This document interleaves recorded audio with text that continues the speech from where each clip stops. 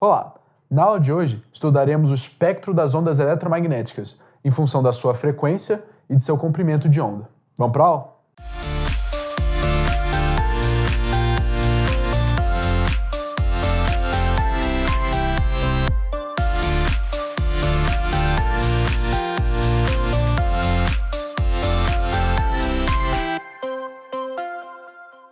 Olá!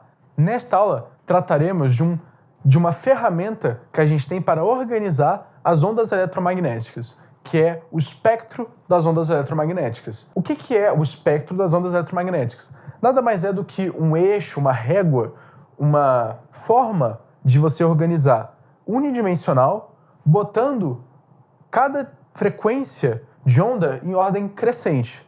Ou seja, eu começo pelas frequências mais baixas de onda e vou crescendo aqui para as frequências mais altas no espectro das ondas eletromagnéticas. Então, como é que isso pode nos ajudar a entender melhor como funcionam as ondas eletromagnéticas? Bom, a gente sabe que existem diversas frequências de diversos comprimentos de onda de ondas eletromagnéticas. Então, por exemplo, a gente começa aqui organizando a nossa reta com as ondas de rádio, que são as ondas que têm a menor frequência, as ondas eletromagnéticas com as menores frequências. E o que acontece? Ele começa aqui, por exemplo, com um comprimento de onda muito grande, de 10 km, por exemplo, para as menores, e vai crescendo a sua frequência e assim diminuindo o seu comprimento de onda, até mais ou menos a faixa de 10 a 12 Hz. Essa extensão aqui de frequências a gente chama de ondas de rádio, que compõem, por exemplo, as ondas AM e FM de rádio que você ouve música no carro, e também os micro-ondas. Agora, mais à frente, ondas de frequência um pouquinho maiores que as ondas de rádio são as ondas do infravermelho, ou seja, são ondas que têm frequências menores que a frequência do vermelho visível, mas ainda assim maiores que as ondas de rádio. Logo depois do infravermelho, começa aqui o espectro da luz visível, o espectro de ondas eletromagnéticas que o nosso olho consegue perceber, que o nosso cérebro consegue interpretar como tendo imagem, imagem visual.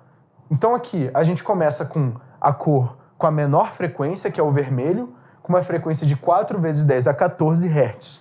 E terminando aqui no violeta, passando por todas as cores, e terminando no violeta com a frequência de 7,9 vezes 10 a 14 Hz.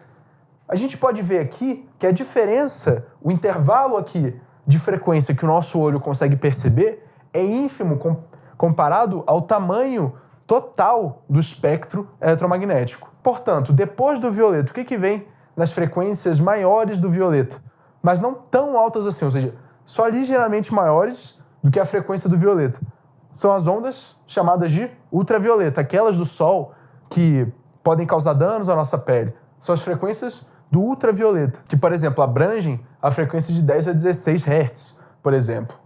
Logo depois do ultravioleta vem a faixa do raio-x, ou seja, dos raios das ondas que têm frequência menores do que as frequências dos raios gama, que são os mais energéticos, mas ainda assim maiores que as frequências do ultravioleta. São os raios-x, aqueles mesmos que usam em exames ósseos, por exemplo. Logo depois dos raios-x vem os raios gama, que são a categoria de ondas eletromagnéticas com mais energia, com a maior frequência.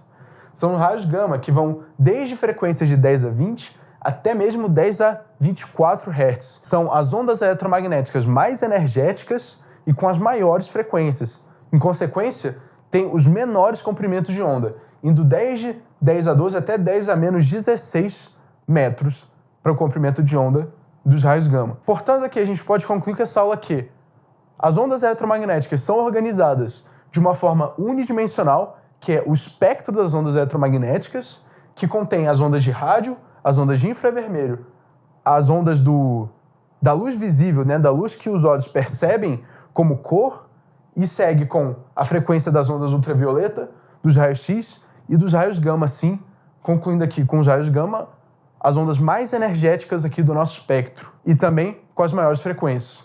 Muito obrigado.